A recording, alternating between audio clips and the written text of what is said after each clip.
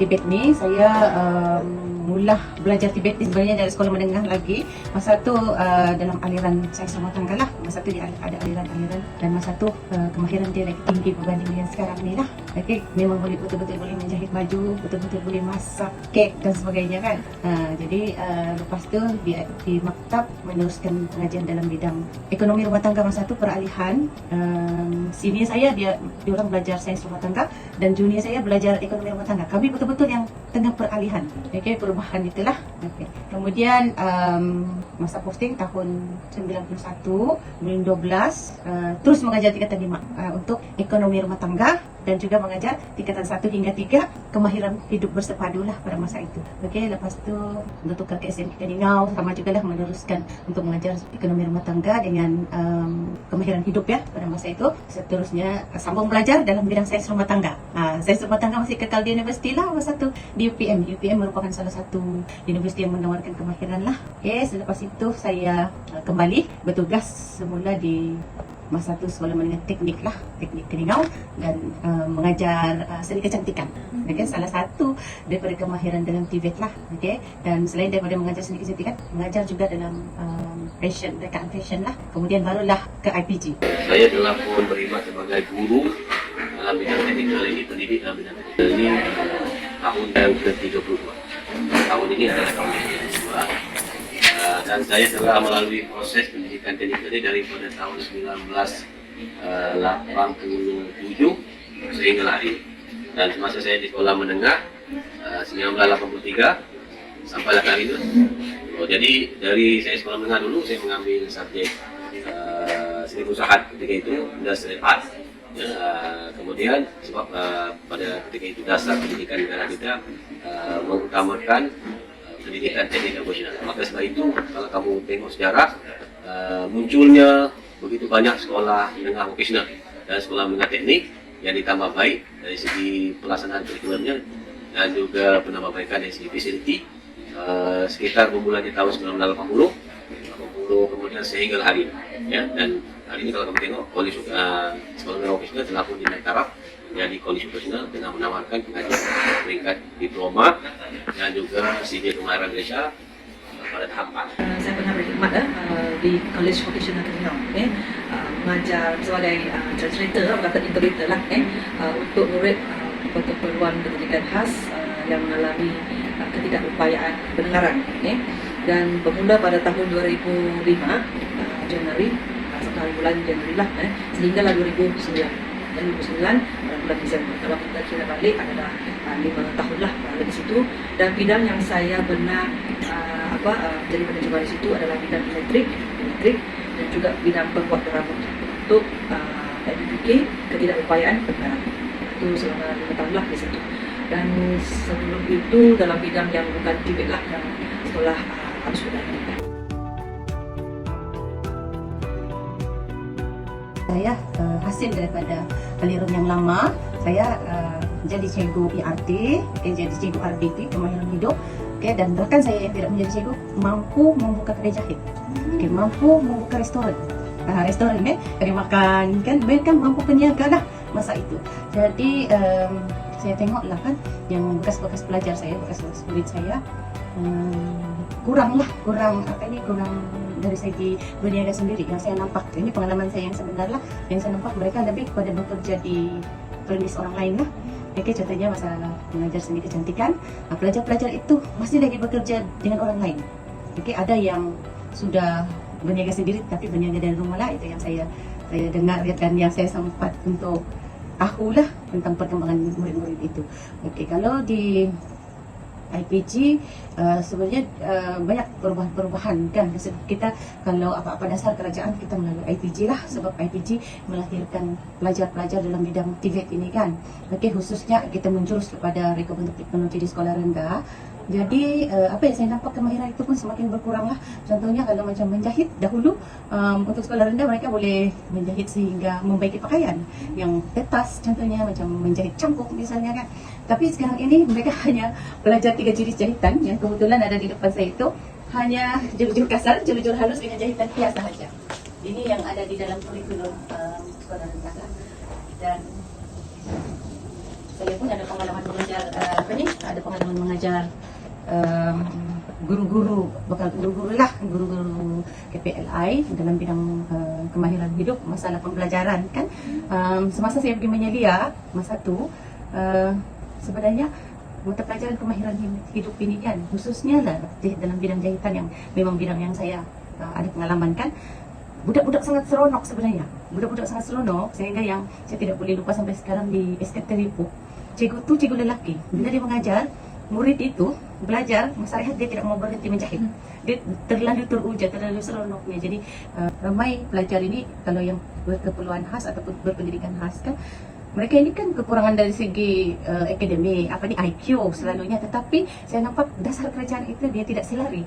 Dasar kerajaan dia lebih kepada akademik, ditekankan dalam bidang akademik. Seolah-olah digambarkan yang kalau individu itu boleh berjaya apabila dia boleh lepas seperti pelajar perdana. Okay. Jadi kalau saya sepatutnya kurikulum untuk pendidikan khas ini dibezakanlah di lebih kepada kemahiran seperti macam negara Indonesia, Filipina, kan Singapura saya tak pasti. Tapi yang sangat tinggi kemahiran yang rakyatnya perolehi ialah Indonesia dengan Thailand. Di sana yang saya faham, asalkan pelajar itu kurang dari segi dia punya IQ, dia terus menjurus kepada kemahiran.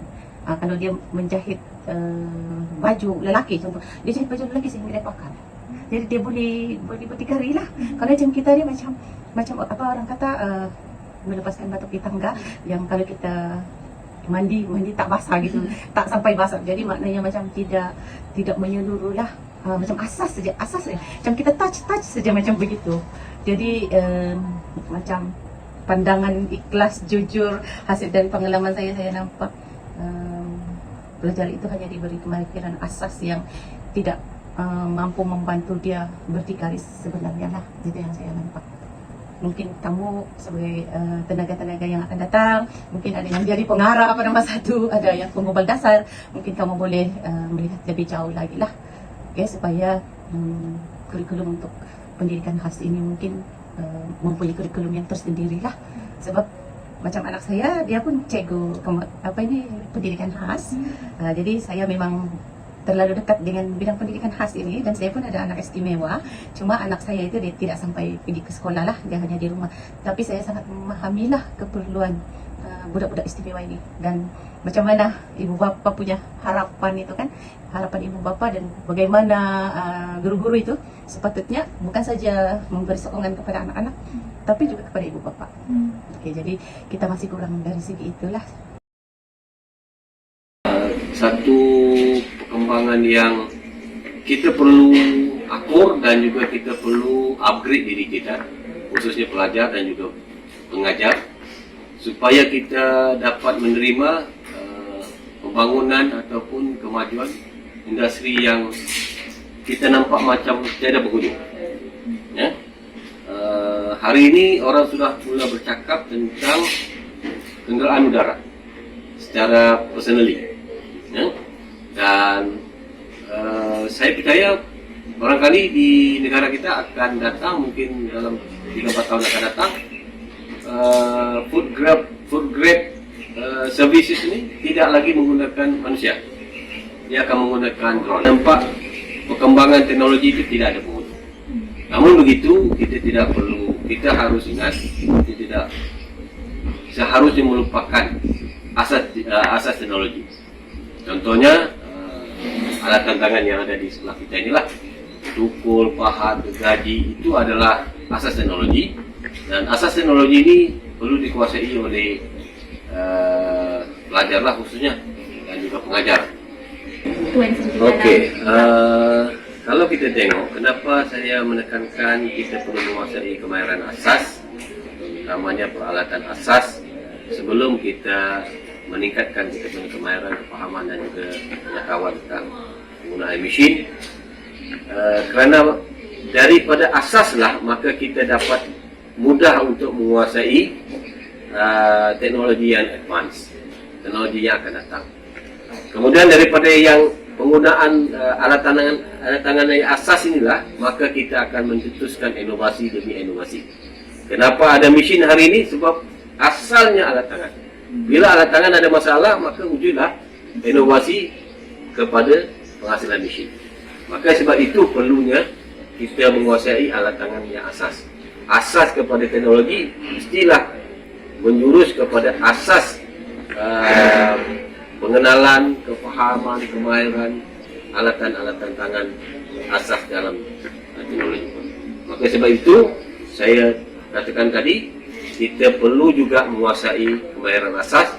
Kerana apa? Kerana kemahiran asas itulah bermulanya teknologi yang canggih pada hari ini.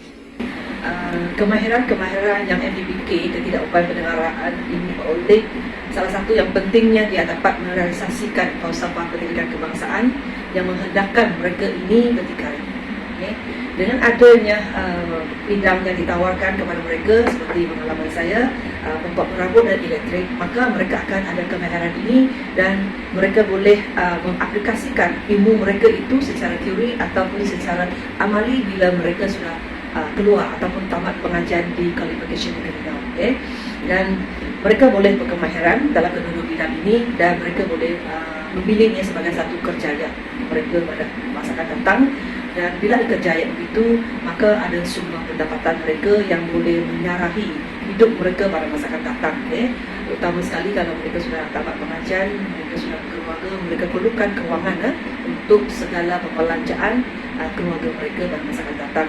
So saya rasa khusus yang ditawarkan kepada mereka ini sangat pentinglah kepada mereka dan memberi impak yang positif kepada mereka dalam pembangunan yang tadi saya kata mereka boleh bekerja memilih itu sebagai kerja yang mereka pada masa akan datang. Sebab apa yang mereka belajar ini mereka akan dapat kalau mereka lulus mereka akan dapat SKM, iaitu CJ Kemahiran Malaysia. Dan CJ itulah yang membolehkan mereka bekerja dengan majikan yang tidak mengalami masalah pengenalan dan mereka boleh mengupah dia sebab dia ada CJ dan valid dan kemahiran itu. Itu adalah pekerjaan sebagai pekerjaya dan mereka juga ada kemahiran di situ dari segi contohnya di rumah mereka perlukan kemahiran itu. Contohnya pembuat perabot, mereka boleh buat perabot sendiri, tidak perlu beli dari kedai. Itu kemahiran kalau dia menguasai kemahiran itu, mereka boleh aplikasikan dia pada masa akan datang untuk membuat perabot secara orang kata bisnes secara kecil-kecilan. Siapa nak itu bakul ke, mereka boleh buat dengan menggunakan papan yang sudah dipotong keping-keping itu ataupun membuat takap meja yang mesti ada takap kan, dia boleh buat. Dengan ada lagi satu, mereka pernah buat rak buku yang macam bertingkat itu, dia boleh buat begitu dan dia akan dijualkan kepada siapa-siapa nak belilah. Saya pernah membeli juga hasil produk yang mereka hasilkan itu, iaitu meja yang berbentuk bujur, ada kaki 4 itu, dan sampai sekarang masih simpan di rumah lah. Sangat kemas kerja diorang tu, dia ada meja itu kan ada di parut dan permukaan tu tidak sakit tangan, dia masih lagi licin, bukan licin lah, macam halus lah. Selepas buat itu mereka menggunakan set panggil itu yang spray itu untuk tutup permukaan meja itu. Saya ada beli dan juga mereka buat rak buku cantik. Sampai sekarang saya masih simpan lagi untuk susun rak buku. Lalu kalau di kedai memanglah sangat gah gitu kan, tapi hasil mereka ini boleh diterima. Dan dijual dengan harga yang rasional lah, yang orang kata berbaloi lah dengan dia punya hasil produk itu. So itu adalah maksudnya dia memiliki kemahiran itu, dia boleh berbisnes sendiri, menjalankan satu perniagaan untuk dia dan sumber pendapatan dia pada masa akan datang. Kedua, kalau dia tidak buat secara bersendirian, dia boleh bekerja di company terutama yang macam pembuat perabot dan juga engine panggil wiring rumah tu, dia boleh dibuat. Di situ apa yang saya nampak ada satu cikgu yang mengajar elektrik itu kan, dia ada projek di luar lah, dia kerja di ujung minggu dan dia bawa anak murid itu yang masalah ketidakupayaan pendengaran itu keluar sama-sama di rumah itu pasang. Itu namanya pembelajaran kontekstual itu sangat penting lah untuk mereka mendapat ilmu. Jadi di situ dia kata, oh itu rupa-rupanya boleh jadikan satu bisnes lah untuk diorang, untuk kerjaya diorang pun. Yang satu lagi yang saya lihat, bila mereka belajar ataupun mereka boleh menguasai satu kemahiran, tidak kira lah pembuat perabot dengan elektrik pun, mereka lebih yakin dan bermotivasi untuk melakukan kerja-kerja yang orang kata kasar, nak buat papan, nak parut, nak gergaji, semua itu kan mereka boleh buat. Mereka lebih yakin diri dari segi perkembangan rohani mereka, dari segi perkembangan jati diri mereka itu nampak adalah yakin diri, dia boleh buat. Kalau Saya hanya menerjemahkan apa yang cikgu sana ajar, saya terjemahkan kepada mereka, dan mereka nampak bersungguh-sungguh lah buatkan apa yang diarah oleh guru mereka. Masa impak ni sangat penting.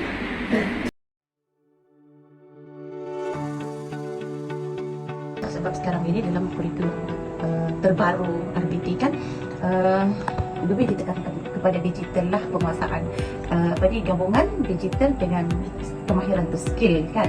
Jadi macam mungkin Malaysia memandang ke Korea kan, karena macam Korea mereka saya pernah nampak mereka buat pameran dan seawal tahun 2 didedahkan bagaimana mencipta handphone. Jadi mereka diajar tentang coding-coding macam mana untuk menghasilkan handphone itulah. Mereka ada modul yang dorang belajar kan, mereka akan buat amali lah kemahiran tu kan, hands on menghasilkan handphone yang simple yang menggunakan nombor dulu, lepas tu dia advance. Tapi mungkin Malaysia mau meniru acuan negara Korea, negara Jepun yang maju dalam bidang penciptaan kan digital ini. Tapi secara jujur ini untuk pembelajaran kita saja, bukan untuk mengkritik kerajaan lah. Kalau kita ingin memberikan pelajar kita, apa ini generasi yang akan datang, lebih kepada digital, sebab memang dijangka peluang pekerjaan lebih kepada dalam bidang digital inilah kan, ICT, komputer yang berkaitan dengan online semua ni kan. Jadi sepatutnya kerajaan perlu sokong bukan saja di bandar tapi juga di luar bandar. Perlu berbalik kepada dasar yang sudah diwar-warkan oleh Kementerian Pelajaran, iaitu merapatkan jurang pendidikan di bandar dengan luar bandar. Jadi kita masih nampak benda yang kita lakukan 10 tahun lalu pun kita belum boleh atasi lah, masih terdapat jurang. Malah pengalaman saya, sebab anak saya dulu bersekolah di Semenanjung di Bandar Angkut Shah Alam, saya nampak jurang itu pun ada pada masa itu. Kalau contoh masa itu tahun 2000 kan, tahun 2005 hingga 2007. Tapi saya lihat di Sabah mungkin dia masih berada di awal tahun 2000 dari segi perkembangan murid-murid dia, dari segi komitmen daya kreativiti guru-guru kan. Jadi sangat jauh lah. Bila saya pergi di sekolah di Semenanjung, saya terperanjat sebab di tangga pun digunakan untuk sebagai ruang pembelajaran. Di kantin pun sambil makan boleh hafal sifir, boleh tengok macam-macam nota, belajar bahasa Inggeris dan sebagainya. Jadi di mana-mana ruang itu murid itu sentiasa belajar. Kecuali di padang lah, tiada nota. Okey, tapi kalau di dinding di sepanjang jalan itu kita nampak ada saja yang maklumat yang murid-murid itu perlu lagi. Itu pada tahun 2005. Kita tidak tahu sekarang, mungkin lebih kepada digital. Mungkin di setiap sudut ada komputer, mungkin lah kan, sebab sekarang pun komputer sudah murah kan. Jadi itu yang saya tengok, selagi kerajaan tidak betul-betul merapatkan jurang pendidikan bandar dan luar bandar, kawasan Semenanjung dan kawasan Borneo pasti ada jurang yang jauh lah dari segi pencapaian pelajar. Okey, jadi yang macam pelajar IPG pun yang datang dari Semenanjung, saya tengok dia tak sama dengan yang dari Sabah. Dari Sabah ni sebenarnya ramai yang bijak, ramai yang rajin. Macam di Semenanjung, kawan-kawan tu pelajar harapan diorang ialah yang dari Sabah, sebab mereka kalau hujung minggu tak balik kan. Jadi kalau ada apa-apa kerja kemahiran, budak-budak Sabah lah yang diharapkan dan mereka sangat berjaya di sana.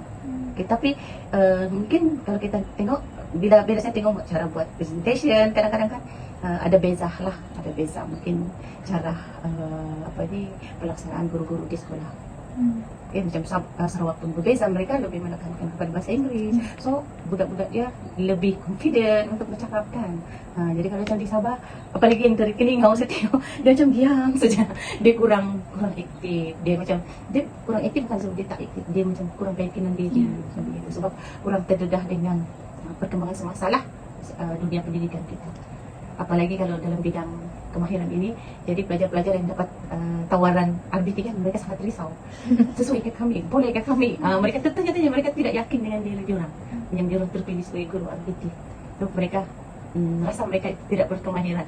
Apa yang mereka pelajari di sekolah itu tidak mencukupi untuk mereka menjadi guru RBT lah. Okay, so kalau dalam 10 tahun, kalau dalam masa yang terdekat ini kita nampak macam begini, sebenarnya dasar cita-cita kerajaan itu bagus untuk supaya rakyatnya lebih ke arah industri 4.0 yang menekankan kepada digital, ICT kan. Okay, jadi Kita pun risau juga kalau kita terlalu computerized kan, kita akan mengurangkan tenaga manusia. Sedangkan dalam masa yang sama kita sibuk untuk melatih rakyat yang berkemahiran, tapi kita tidak gunakan kemahiran, kita gantikan dengan komputer, robot dan sebagainya. Jadi manusia mau bekerja di mana? Yang mengendalikan mesin tidak perlu ramai, mengendalikan robot itu tidak perlu ramai. Kita mengurangkan tenaga manusia sebenarnya. Dan dalam masa yang sama kita Malaysia berusaha berlumba-lumba dengan Jepun, Korea, Thailand, Indonesia, sebab kalau ikut statistik Malaysia paling rendah lah dari segi penglibatan pendidikan TVET. Macam Malaysia macam tahun berapa awal 2000 tu pun baru di bawah 10%. Sedangkan Singapura 20 lebih peratus, Korea, Thailand, Jepun, mereka pun sekitar itu. Lebih dari 11, 17, 18, 19 macam itu. Tapi Malaysia sangat paling rendah lah antara negara yang pelajar-pelajar dia ataupun individu ibu bapa yang berkeyakinan untuk anak-anak mereka itu terlibat secara langsung dalam bidang TVET. Jadi dasar kerajaan sebenarnya mereka ingin meningkatkan lebih 20% lah pada 10 tahun yang akan datang, dan kita harap dasar itu tercapai dengan pendukungan IKBN kan, Institut Kemahiran, ada beberapa yang macam ILP, latihan industri kan. Jadi diharap benda-benda itu berjaya lah pada masa yang akan datang. Kalau hari ini kita bermula dengan telefon telegraf yang dicipta oleh Alexander Graham Bell, menggunakan kabel jarak jauh, menggunakan putaran. Tapi hari ini alat komponen kita, komunikasi kita, telefon itu tidak lagi menggunakan wire, tidak lagi menggunakan kabel yang panjang, tidak payah pusing, tidak payah putar, semua menggunakan sentuhan. Ini teknologi, sebab itu saya kata akan datang mungkin kita punya gadget seperti ini, telefon yang kamu pegang sekarang ini tidak ada sudah. Sebab semuanya telah disimpan di dalam badan kita, dalam bentuk chip, dalam bentuk whatever lah, kita tidak tahu. Mungkin sekarang ini R&D di syarikat-syarikat besar telekomunikasi sedang membangunkan teknologi itu, menggunakan chip-chip yang dimasukkan ke dalam badan manusia menjadi alat perhubungan seperti hologram dan sebagainya. Dan itu tidak memberi kesan kepada kesehatan dan juga memberikan keselesaan kepada pengguna. Jadi itu teknologi yang saya katakan tidak ada penghujung. Jadi negara kita perlu berfikir, pelajar, pengajar perlu berfikir. Kalau 10 tahun you kata, kita kena berfikir 20 tahun. Sebab kita perlu bersedia menerima kembangan teknologi itu. Bukan sekadar menjadi pengguna, tetapi kita juga kalau boleh menjadi pencipta. Dan apabila kita menjadi pencipta, kita boleh wujudkan peluang pekerjaan. Kita boleh menerajui ataupun menguasai pasaran dunia. Kita boleh menentukan ekonomi negara kita.